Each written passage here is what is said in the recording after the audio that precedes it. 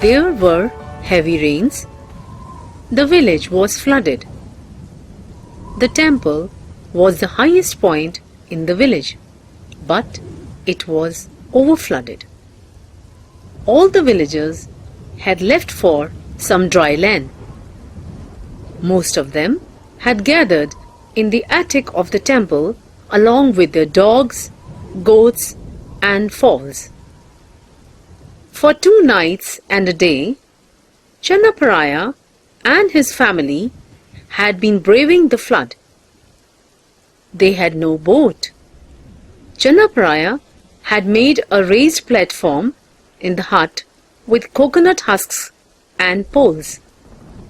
They stayed inside the hut for 2 days.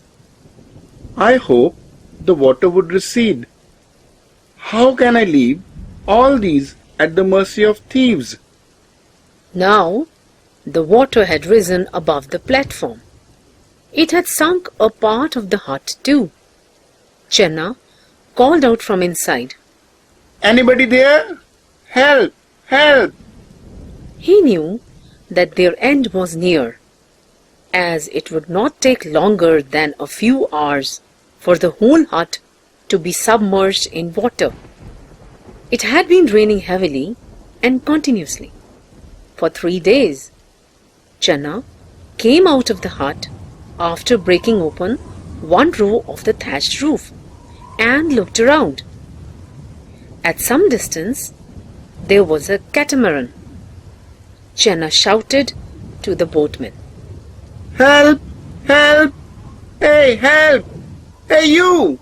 Look this side! Please help us! Help us, please! Luckily, the boatman heard him and came forward to help.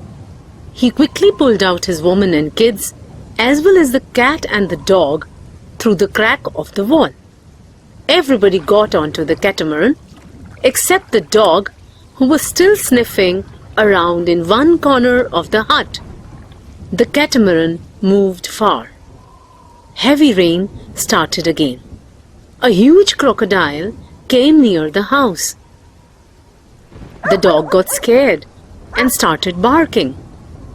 But the crocodile just went away. The hungry dog howled from rooftop, looking out into the dark and cloudy sky. The dog cried out continuously for a long time. It was early morning. The dog looked at the thatched roofs because they were his only hope. The sun shone for some time. He dozed off in the sunlight.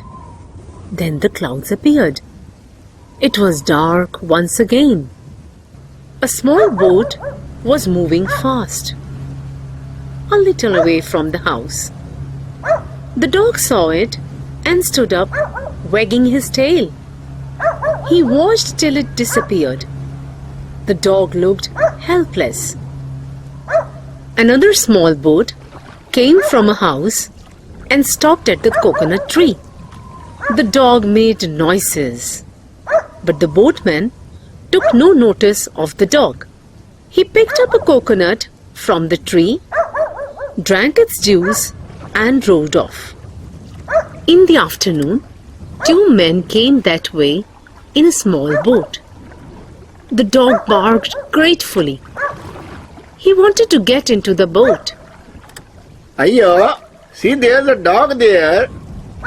Oh, let it be there. The dog tried to jump into the boat, but the boat moved off. The dog groaned once more. Now there was nothing to be heard after that except the sounds of the waves. The dog climbed onto the roof once again, growling as if bidding farewell to the world. The night was terrible with rain and storm. The roof started moving in the waves.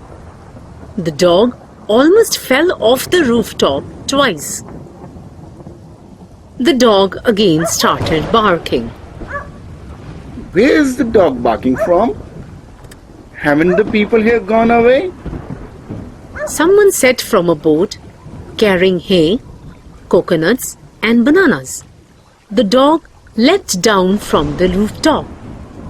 One of the men got frightened and fell in the water, but the other man pulled him out. The dog continued barking. The thieves took away all the bananas in the plot. They loaded the boat with more hay.